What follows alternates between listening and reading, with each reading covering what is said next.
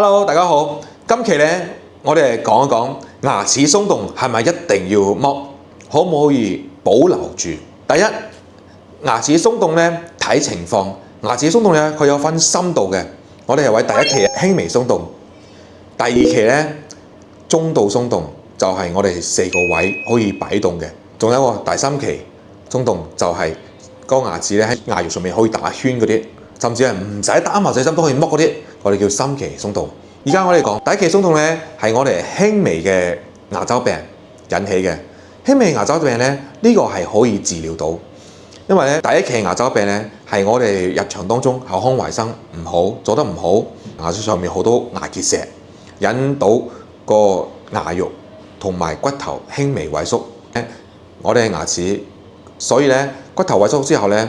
我哋嘅牙齒固壞性唔係好好啦，就有輕微出現鬆動。第二期咧就係我哋個中度牙周病咧，佢牙齒可以喺4個方位搖喐嘅，佢叫中度牙周病咧，佢同第一期嘅牙周病咧係一樣嘅，可以喺前期接受牙周治療，咁樣咧可以維持到我哋現時嘅鬆動程度，唔會俾佢惡化。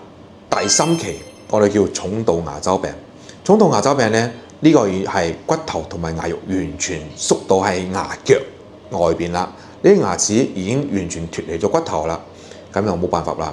所以咧，大家咧如果出現到牙齒鬆動情況下咧，早期一定要去牙科檢查牙齒，兼接受醫生建議做牙周治療。如果牙齒中期同埋早期牙周病咧，牙齒鬆到咧，我哋可以做一個牙齒固定術。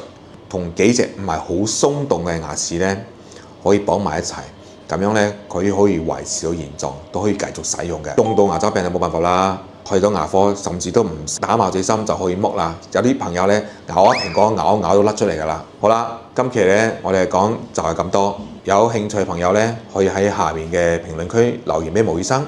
我哋下一期再見，拜拜。